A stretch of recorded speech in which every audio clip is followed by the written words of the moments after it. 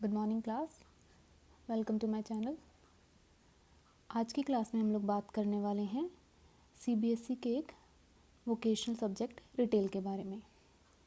So before we dive into a main topic, ये पहले जान लेते हैं कि रिटेल के सिलेबस में है क्या क्या। तो ये जो आपका रिटेल का सिलेबस है वो 3 पार्ट्स में डिवाइडेड है। पार्ट ए, जिसमें आप लोग सीखेंगे एम्प्लॉयबिलिटी स्किल्स के बारे में। एम्प्लॉयबिलिटी स्किल्स वो स्किल्स हैं जो मुझे एक जॉब दिलाने में हेल्प करते हैं या फिर मुझे एक जॉब के लिए एम्प्लॉयबल बनाते हैं। पार्ट बी फोकस्ड है आपका सब्जेक्ट स्पेसिफिक स्किल्स में। सब्जेक्ट स्पेसिफिक यानी आपका ये जो इस पोर्शन में रिटेल के सारे क्वेश्चंस होंगे आपके।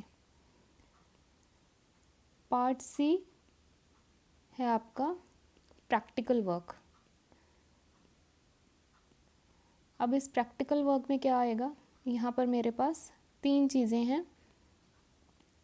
पहली तो आपकी बनती है फाइल, देन होता है आपका वाइवा एंड लास्ट में है आपके पास एक लैब एक्टिविटी, राइट। तो ये जो तीनों चीज़ें हैं ये होंगी मेरी 50 मार्क्स की। दैट मीन्स कि पार्ट ए और बी का पोर्शन है मेरा, ये रिमेनिंग 50 मार्क्स मेरे यहाँ से होंगे।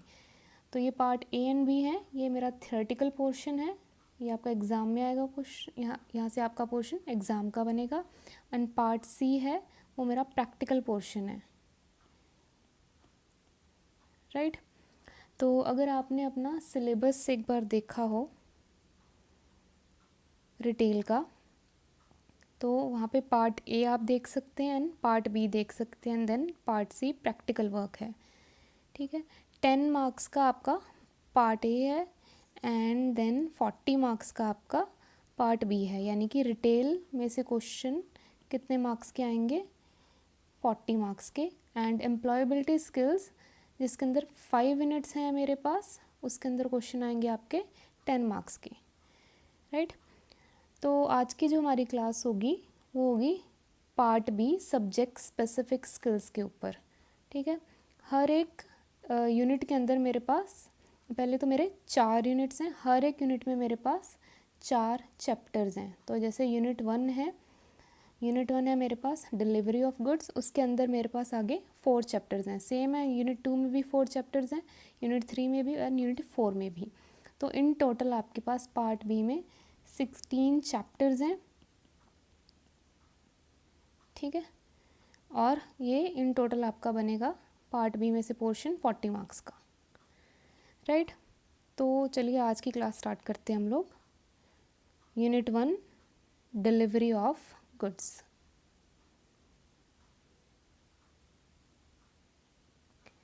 Unit 1 delivery of goods. Session 1 है इसमें आपका बिलिंग प्रोसीजर। सेशन 1 यानी कि चैप्टर ही है बिलिंग प्रोसीजर। तो बिलिंग प्रोसीजर के अंदर आपका वो सारा का सारा प्रोसीजर आ जाएगा जब एक स्टोर के अंदर एक जो कैशियर आप बोल सकते हो या फिर बिलिंग पर्सोनल कैसे एक कस्टमर को अटेंड कर रहा है, कैसे उसकी बिलिंग की प्रोसेस को हैंडल कर रहा है, कैसे वो इन्वॉइसेस यानी कि बिल को जनरेट कर रहा है, ये सब आप इस चैप्टर के अंदर पढ़ेंगे। So before we go through with this topic, ये जान लेते हैं कि ये बिलिंग पर्सोनल क्या है। पहले समझो ये पर्सोनल क्या है। पर्सोनल होता है एम्प्लॉय। किसी भी ऑर्गेनाइजेशन में कोई एम्प्लॉय काम कर रहा है उससे मैं पर्सोनल बोल देती हूँ। तो बिलिंग पर्सोनल कौन हुआ, ये जो एम्प्लॉय बिल्स बना रहा है, ठीक है। तो फॉर एग्ज़ाम्पल आप किसी स्टोर के अंदर गए, वहाँ से आपने कोई सामान परचेज़ कर दिया।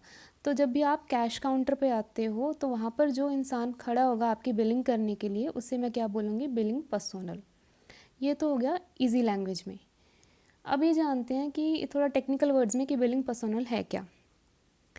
तो billing personnel is a trained personnel, ये वो ट्रेंड इंसान है who is suppose to handle the customers with hassle-free payment processing, handling billing record, maintaining invoices, settling claim, reimbursement if arises. अब आप ध्यान दें कि जो बिलिंग का काम है वो हर एक इंसान के बस का नहीं होता है, ठीक है। तो बिलिंग कौन करता है? सिर्फ एक ट्रेंड पर्सनल, एक ट्रेंड एम्प्लॉई बिलिंग कर सकता है। Who is suppose to handle the customer with hassle free payment. Hassle free यानी कि बिना किसी रुकावट के, बिना किसी परेशानी के कस्टमर की पेमेंट को प्रोसेस कर देता है वो इजीली। अब सिर्फ बिलिंग प्रोसेस ही उसका काम नहीं है, उसका काम क्या है? जो बिल उसने बनाया है उसका रिकॉर्ड भी रखना है, उसके इनवॉइसेस भी, जो डुप्लीकेट कॉपी होती है बिल्स की, वो उसे अपने पास मेंटेन करके रखनी है। इन केस कोई क्लेम्स पड़े, यानी कि पुराना कोई पैसा किसी को देना था वापस, वो भी किसका काम है? ये मेरे बिलिंग पर्सोनल का काम है। तो इन शॉर्ट बिलिंग पर्सोनल कौन है? ये मेरा वो ट्रेंड इंसान है जो कस्टमर की हेल्प करता है आसानी से, ताकि उसकी ये जो पेमेंट है वो हो जाए। देन रिकॉर्ड करना उसका काम है हर एक बिलिंग एक्टिविटी को। देन इनवॉइसेस को जनरेट करना, ये सब किसका काम है? मेरे बिलिंग पर्सोनल का। नेक्स्ट है मेरे पास competencies of billing personnels. Competencies क्या होता है? ये होते हैं स्किल्स। कॉम्पिटेंसीज का मतलब है स्किल्स।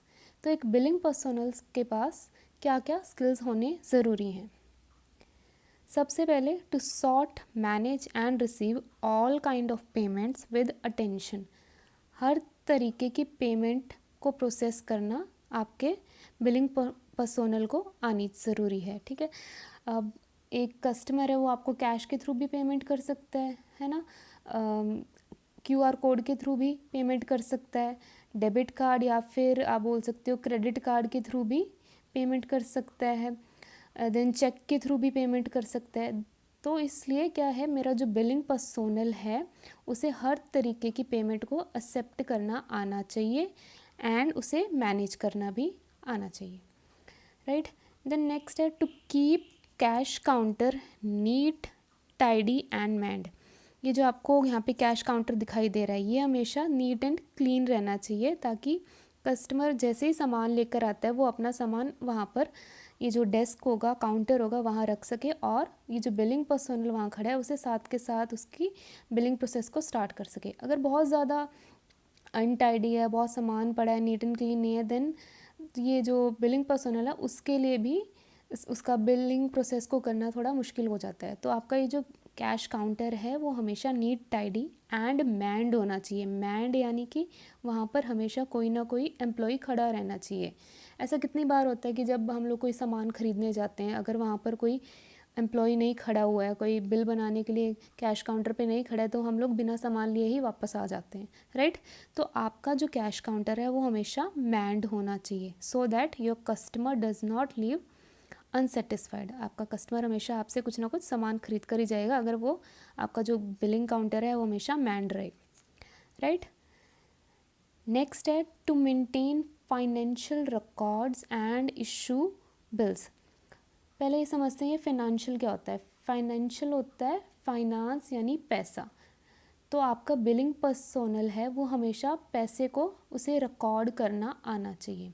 अब एक बिज़नेस के अंदर कितने सारी ट्रांजैक्शंस होती हैं, कितने लोग आपसे सामान लेकर जाते हैं, ख़रीदते हैं, ठीक है। तो हर एक चीज़ आप याद नहीं रख सकते हो, ठीक है। तो आपका जो ये जो बिलिंग पर्सोनल है उसे उस पैसे को रिकॉर्ड करना आना चाहिए और उसे बिल को इशू करना भी आना चाहिए, राइट। हर एक रिकॉर्ड उसे अपने पास मेंटेन करना है। अब कुछ जो शॉपकीपर्स होंगे, रिटेलर्स होंगे, वो मैनुअली भी रख सकते हैं, यानी कि एक बुक होती है, बुक्स ऑफ अकाउंट बना सकते हैं, या फिर वो क्या कर सकते हैं, कंप्यूटराइज्ड वे में अपना रिकॉर्ड को, अपने फाइनेंशियल रिकॉर्ड को मेंटेन कर सकते हैं, ठीक है। ये डिपेंड करता है हर एक बिज़नेस पे। देन नेक्स्ट है to check debit account details, missed payment, receivable account update to avoid any discrepancies. उसे जब भी कोई जो मेरा बिलिंग पर्सोनल है, जब भी कोई उसके पास अमाउंट आती है या कस्टमर उसे कोई पेमेंट करता है, तो उसे एक बार चेक कर लेना चाहिए कि डेबिट अकाउंट में उसका जो बैंक अकाउंट है उसमें वो पैसा आ गया है या नहीं है। कई बार मिस भी हो जाती है पेमेंट्स, राइट। तो उसे हर चीज़ को चेक करके रखना है अपने पास, ठीक है। सिर्फ ये नहीं होता कि अगर एक कस्टमर ने बोल दिया मैंने पेमेंट कर दी है, कई बार गलती से भी पेमेंट कर देते हैं कस्टमर, लेकिन वो प्रोसेस नहीं हो पाती है तो वो कैंसिल भी हो जाती है, ठीक है।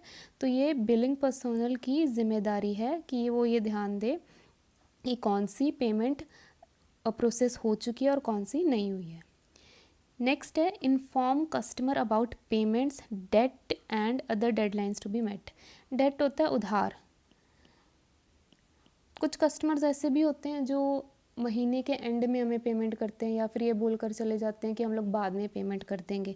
तो ऐसे कस्टमर्स को उनकी पेमेंट के बारे में कौन याद करवाता है? ये मेरा बिलिंग पर्सोनल, यानी कि जो कैश काउंटर पे इंसान खड़ा है, जो एम्प्लॉय खड़ा है, उसका काम क्या है?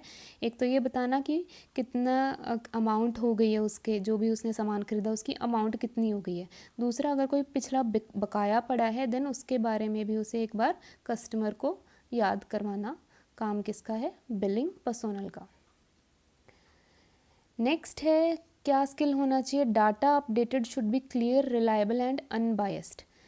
वो जो भी डाटा डाल रहा है अपने कंप्यूटर के अंदर फीड कर रहा है वो हमेशा क्लियर होना चाहिए, रिलायबल यानी कि भरोसे लायक हो, ठीक है। ऐसा ना हो कि कभी भी कुछ भी लिख रहा है वो, ठीक है, कुछ भी नोट कर रहा है। तो आपका जो डाटा है वो हमेशा reliable, clear and unbiased. Unbiased यानी कि बिना किसी भेदभाव के आप अपनी बिलिंग एक्टिविटी को कर रहे हो। फॉर एग्ज़ाम्पल, एक मिस्टर ए थे जिसको आप जानते थे, तो उसको आपने 50 रुपये का सामान लगा दिया, और मिस्टर बी थे उसको आपने 60 रुपये का सामान लगा दिया। अब ये क्या, आप यहाँ पे बायसनेस कर रहे हो, ठीक है। तो ऐसी चीज़ें को अवॉइड करना चाहिए, राइट। नेक्स्ट है listen to customers patiently in case of any issue. जो बिलिंग पर्सोनल है उसके अंदर ये स्किल होना चाहिए कि वो पहले कस्टमर की बात को आराम से सुने, देन उसके इशू को पेशेंटली हैंडल करे, राइट। ये सब थे मेरे competencies of billing personnel. Next है मेरे पास topic types of billing and accounting heads. क्या होते हैं ये? पहले तो मतलब समझते हैं इस टॉपिक का। जो ये मेरा अकाउंटेंसी सब्जेक्ट है उसके अंदर ना मैं बहुत सारी अलग अलग हेडिंग्स का इस्तेमाल करती हूँ। जैसे आप कोई भी टॉपिक पढ़ते हो उसके ऊपर हेडिंग दी होती है ना, सेम है कि मेरे अकाउंट्स और बिल्स बनाती हूँ ना, तब मैं अलग अलग हेडिंग्स का इस्तेमाल करती हूँ। थोड़ा टेक्निकल है ये, आगे आप पढ़ोगे तो आपको थोड़ा क्लियर होता जाएगा, राइट। देखते हैं फर्स्ट क्या है मेरे पास। फर्स्ट है सेल्स रेवेन्यू। इससे मैं रेवेन्यू भी बोल देती हूँ और सेल्स रेवेन्यू भी बोल देती हूँ। क्या होता है सेल्स रेवेन्यू? फॉर एग्ज़ाम्पल कि मेरी बेकरी की शॉप है। अब इस बेकरी की शॉप के अंदर मैंने पूरा 1 साल बिज़नेस किया, तो at the end of the year मैंने साल के एंड में कितना पैसा कमाया, टोटल इनकम मैंने कितनी की उस बेकरी शॉप में। मान लो मैं केक्स बेच रही थी, यहाँ पर केक्स एंड बिस्किट्स मान लो बेच रही थी, तो इनको बेचने के बाद मैंने कितना पैसा कमाया अपने बिज़नेस में, उसे मैं क्या बोलती हूँ? Sales revenue. एक बिज़नेस के अंदर आप कोई सामान बेचते हो तो उससे कितना पैसा जनरेट करोगे, टोटल इनकम आपकी जितनी भी जनरेट होगी उसे मैं क्या बोलती हूँ? Sales revenue. सेम है, ये तो हो गया गुड्स की बात। फॉर एग्ज़ाम्पल आपका कोई कोचिंग सेंटर है, ठीक है, वहाँ पर आप कुछ सर्विस दे रहे हो या फिर किसी भी तरह का सर्विस का बिज़नेस है, रिपेयर शॉप है, ठीक है, तो वहाँ पे आप सर्विसेज दे रहे हो, तो आपने उस रिपेयर सर्विसेज देने के बाद कितना पैसा कमाया, टोटल इनकम आपकी कितनी हुई, उससे मैं क्या बोलती हूँ? Sales revenue, right. Next accounting head है मेरे पास cost of goods sold. Cost of goods sold क्या है? ये वो मेरे सारे के सारे खर्चे हैं जो मुझे एक प्रोडक्ट को बनाने में आ रहे हैं। फॉर एग्ज़ाम्पल बेकरी का ही लेते हैं। बेकरी में मैंने केक्स बनाए। केक को बनाने के लिए मुझे किन किन चीज़ों की मदद लेनी पड़ी? फॉर एग्ज़ाम्पल मैंने अपने ओवन का इस्तेमाल किया था, तो ओवन के लिए इलेक्ट्रिसिटी लगती है, ठीक है, उसका भी कुछ चार्ज हो गया। फॉर एग्ज़ाम्पल आटा या मैदा मैंने लिया, वो क्या है मेरा, एक ये हो गया, एंड और इसमें आपकी शुगर डल गई, ठीक है, आपने क्रीम का इस्तेमाल किया, right. Baking powder, baking soda, जो भी है, आपने ये सब चीज़ों का इस्तेमाल किया। तो एक केक को बनाने के लिए आपने अलग अलग चीज़ों का इस्तेमाल किया, तो ये अब चीज़ें आपने ख़रीदी ही होगी ना, तो इसको क्या मैं बोलती हूँ, इस पूरे के पूरे खर्चे को मैं क्या बोलती हूँ, कॉस्ट ऑफ गुड्स सोल्ड। तो एक सामान को बेचने लायक बनाने के लिए मैं जिन चीज़ों का इस्तेमाल कर रही हूँ उसे मैं क्या बोलती हूँ, कॉस्ट ऑफ गुड्स सोल्ड। थोड़ा सा और एग्जांपल इसका एक देती हूँ। फॉर एग्जांपल ये है आपका फर्नीचर का बिज़नेस है, आपने ये टेबल बनाना है, ठीक है। आपने क्या किया, ये जो सप्लायर है, सप्लायर से आपने वुड ख़रीदा, ठीक है। अब वुड को आपको इस टेबल में कन्वर्ट करना है, तो देन आपको कुछ ना कुछ खर्चा करना पड़ेगा। फॉर एग्जांपल पहले आप क्या करोगे, इस वुड को शेप दोगे, ठीक है। देन उसके ऊपर प्लाई लगाओगे, राइट। देन उसके ऊपर ये हैंडल लगाओगे, थोड़ी इसकी पॉलिशिंग करोगे। तो एक वुड से आप एक फिनिश प्रोडक्ट बनाने तक का ये जो कन्वर्जन है, इसमें आपने कुछ ना कुछ खर्चा किया होगा, ठीक है। Total amount spent on that above process, जितना पैसा भी मैंने इस टेबल को बेचने लायक बनाने के लिए किया, उससे मैं क्या बोलती हूँ, cost of goods sold, right. Next है मेरे पास ऑपरेटिंग एक्सपेंसेस। ऑपरेटिंग एक्सपेंसेस ये वो एक्सपेंसेस हैं जो मेरे डे टू डे बिजनेस के अंदर खर्चे हो रहे हैं, ठीक है। फॉर एग्जांपल आपकी फैक्ट्री है, तो वो फैक्ट्री आपने मान लो रेंट पे ली हुई है, तो उसका रेंट पे करना है आपको। तो ये रेंट क्या है, ऑपरेटिंग एक्सपेंस आपका। आपके पास एम्प्लॉयज़ काम करते हैं, एम्प्लॉयज़ को आपको सैलरीज़ देनी है, तो ये सैलरीज़ क्या है, मेरी ऑपरेटिंग एक्सपेंसेस हैं। वर्कर्स काम कर रहे हैं आपकी फैक्ट्री में, तो उनको वेजेस देनी है, तो ये वेजेस क्या है, आपकी ऑपरेटिंग एक्सपेंस है। आपके पास मशीनरी पड़ी है, मशीनरी का आपने इंश्योरेंस करवाया हुआ है, देन ये इंश्योरेंस क्या है, आपका ऑपरेटिंग। तो ऑपरेटिंग एक्सपेंस क्या हुआ, इन शॉर्ट ये मेरे डे टू डे ऑपरेशंस को करने के लिए जो खर्चे होते हैं वो ये हैं ऑपरेटिंग एक्सपेंसेस, राइट। नेक्स्ट है मेरे पास ग्रॉस प्रॉफिट। तो अगर मैं अपने सेल्स रेवेन्यू में से अगर कॉस्ट ऑफ गुड्स सोल्ड को डिडक्ट कर देती हूँ, तो मेरे पास जो बचता है वो होता है मेरा ग्रॉस प्रॉफिट। ध्यान दें, सेल्स रेवेन्यू हमने पहले पढ़ा था। सेल्स रेवेन्यू क्या था, टोटल इनकम जो मैं किसी सामान को या फिर सेवा को, यानी कि गुड्स एंड सर्विसेज को बेचने के बाद जो भी मैं इनकम कमाती हूँ, होती है मेरी सेल्स रेवेन्यू, ठीक है। अगर मैं उसमें से कॉस्ट ऑफ गुड्स सोल्ड जो ये मेरी वो कॉस्ट है जो एक सामान को बेचने लायक बनाने के लिए जो मेरे खर्चे होते हैं, ठीक है। तो अगर मैं उसमें से सेल्स रेवेन्यू में से कॉस्ट ऑफ गुड्स सोल्ड को माइनस कर देती हूँ, तो मेरे पास क्या आ जाता है, ग्रॉस प्रॉफिट, ठीक है। ग्रॉस प्रॉफिट आ जाएगा मेरा।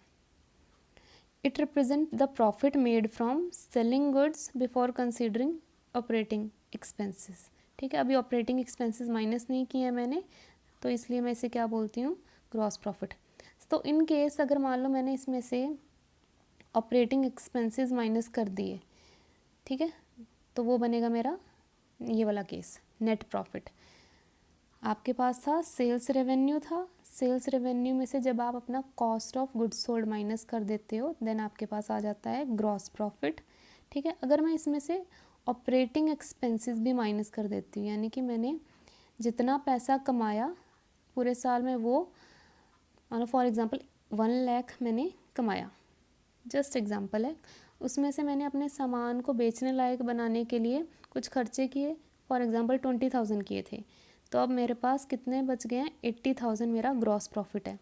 लेकिन अब मैंने देखा कि मैंने अपने वर्कर्स को भी वेजेस देनी है, अपने एम्प्लॉयज़ को सैलरीज देनी है, इंश्योरेंस पे करना है, ठीक है। ये और खर्चे हैं बिज़नेस के जो कि मुझे करने हैं, तो ये कौन से एक्सपेंसेस है मेरे, ऑपरेटिंग एक्सपेंसेस।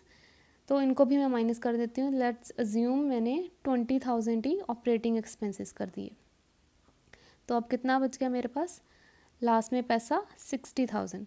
तो ये 60,000 कौन सा पैसा है मेरे पास, ये है मेरा नेट प्रॉफिट, जिसे मैं बॉटम लाइन प्रॉफिट भी बोल देती हूँ या फिर नेट इनकम भी बोल देती हूँ, ठीक है। क्या है ये? It represents profit after deducting all expenses. जब मैं सारे के सारे एक्सपेंसेस को माइनस कर देती हूँ किससे? सेल्स रेवेन्यू से, तो लास्ट में जो मेरे पास प्रॉफिट बचता है वो कौन सा प्रॉफिट है? वो है नेट प्रॉफिट, राइट। अब ये नेट प्रॉफिट ये क्या, क्यों हम निकालते हैं? इससे मुझे पहले पता चल जाता कि मेरे बिजनेस की परफॉर्मेंस कैसी है, राइट। नेक्स्ट आ जाओ इन्वेंट्री वैल्यूएशन पे। क्या होता है ये इन्वेंट्री वैल्यूएशन? इन्वेंट्री आपको पता होगा, इन्वेंट्री यानी कि जो सामान मेरे पास पड़ा है उसे मैं क्या बोलते हैं? इन्वेंट्री या स्टॉक, ठीक है। तो अब वो जो सामान आपके स्टोर में पड़ा है उसकी वैल्यूएशन करना भी ज़रूरी है। वैल्यूएशन यानी कि उसका आप कह सकते हैं कि उसकी प्राइसिंग करना, ठीक है। उसकी क्या कॉस्ट है, उसकी क्या वैल्यू है आपके बिज़नेस के अंदर, तो उसको असेस करना ज़रूरी है, ठीक है। तो it is a method use to assign value to the inventory on hand for accounting purposes. Majorly ये टॉपिक आपका बैचलर्स लेवल में आता है। यहाँ पर आपको इतना समझने की ज़रूरत है, आप इन्वेंट्री वैल्यूएशन क्यों कर रहे हो, कि आपको ये जानना है कि आपके जो बिज़नेस के अंदर इन्वेंट्री पड़ी है, जो स्टॉक पड़ा है, उसकी इस वक्त क्या वैल्यू है। तो इसके लिए हम लोग अलग अलग मेथड्स को यूज़ करते हैं। फॉर एग्जांपल एक तो लीफो कर लेते हैं, लीफो यानी लास्ट इन फर्स्ट आउट, और दूसरा है FIFO, first in first out. और भी बहुत सारे मेथड्स हैं लेकिन मेजरली हम लोग यही इसी पे फोकस करते हैं। लास्ट इन का क्या मतलब है? फॉर एग्ज़ाम्पल आपके जो फैक्ट्री है उसके अंदर आपने बोला कि फॉर एग्ज़ाम्पल ये 2 3 ले लेते हैं, ये 3 इन्वेंट्री आ गई, ठीक है। इसका नाम रख देती हूँ मैं A1, A2 एंड A3। तो A1 पहले आई थी, मैंने बोला कि ये जो A1 जो पहले आई है इसको मैं पहले बेच दूँगी, इसे मैं पहले सेल करूँगी। जो A1 पहले आई उसे मैंने पहले सेल कर दिया। तो ये कौन सा एग्ज़ाम्पल हुआ? ये हुआ मेरा फीफो का एग्ज़ाम्पल, ठीक है। अब थोड़ा सा उल्टा चलते हैं। उल्टे में क्या हुआ? मैंने ये बोला कि ये A3 है जो, इसको मैं पहले सेल करूँगी, लास्ट वाला ये जो लास्ट में आया मैं उसे पहले बेच दूँगी, ठीक है। लास्ट इन फर्स्ट आउट, ठीक है। जो लास्ट में आया उसे मैं फर्स्ट सेल करूँगी, ठीक है। तो ये कौन सा एग्जाम्पल हुआ मेरा? लीफो का, ठीक है। तो थोड़ा डिटेल में हम लोग इसको बैचलर्स लेवल में करते हैं। अभी सिर्फ ये ध्यान रखो कि एक तो आपके पास लीफो होता है, एक फीफो होता है, एक वेटेड एवरेज कॉस्ट होता है, ठीक है। एक वेट असाइन कर देते हैं हम लोग उसकी उसको चेक इन्वेंट्री को देखते हुए, ठीक है। बस इतना ध्यान रखो इसमें कि आप क्या कर रहे हो, आप वैल्यू असाइन कर रहे हो आपके इन्वेंट्री की, अपने आपके जो बिज़नेस के अंदर जो सामान पड़ा है उसको एक वैल्यू दे रहे हो, या आप उसका प्राइस डिसाइड कर रहे हो, इन शॉर्ट। नेक्स्ट है मेरे पास अकाउंट्स रिसेबल, वेरी इंपॉर्टेंट। अब आपके बिज़नेस में ज़रूरी नहीं है कि हर एक कस्टमर आपको साथ के साथ पेमेंट कर जाए।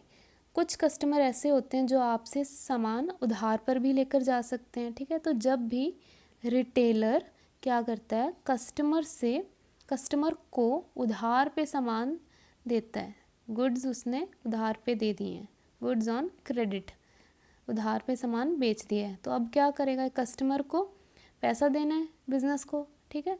तो इस पैसे को मैं क्या बोलती हूँ? Accounts receivable. जब भी कभी बिज़नेस के पास किसी कस्टमर से पैसा आने वाला हो उसे मैं बोलती हूँ, उस पैसे को मैं बोलती हूँ अकाउंट्स रिसेबल, ठीक है। यानी रिसीव से याद रखो, रिसेबल यहाँ पे यानी कि पैसा आने वाला है कस्टमर से। It is the money that a customer ओ यानी कि यहाँ ध्यान रहे, यहाँ ओ है, ओ ओन नहीं है। कई बार बच्चे कंफ्यूज हो जाते हैं ओन और ओन के बीच में, ये ओ है। ओ यानी कि उधार है, किसने किया उधार? कस्टमर ने किया है। It is the money that a customer owe to the retail business. Retail के बिजनेस में ये जो कस्टमर है उसने कुछ उधार पे सामान लिया है, तो अब ये जो पैसा वापस होगा उसे मैं क्या बोलूँगी? Account receivable. तो ये अब पैसा आने वाला है तो ये क्या बन जाएगा? करंट एसेट बन जाएगा। एसेट यानी कि कोई फ़ायदा, ठीक है। वैसे तो इसका पूरा +1 कॉमर्स के अंदर पूरा डिटेल में होता है। अभी आप यहाँ इतना याद रखो, एसेट है, एसेट यानी कि जिससे मुझे कोई फ़ायदा हो रहा हो, ठीक है। एक वर्ड होता है लाइबिलिटी, लाइबिलिटी यानी कि जिससे मुझे कोई नुकसान हो, या फिर आप बोल सकते हो कर्जा किसी तरीके का, ठीक है। एसेट यानी बेनिफिट, लाइबिलिटी यानी कि नुकसान। तो अब अकाउंट रिसेबल यानी कि कहीं से पैसा आएगा मेरे पास, तो ये तो अच्छी चीज़ हुई। तो मैं इसे कहाँ रिकॉर्ड करती हूँ? बैलेंस शीट होता है, एक अकाउंट बनाते हो आप, एक खाता बनाते हो ऐसे, ठीक है। सिर्फ इतना याद रखो, बैलेंस शीट बनाते हैं तो बैलेंस शीट में मैं अकाउंट रिसेबल को कहाँ रिकॉर्ड करती हूँ?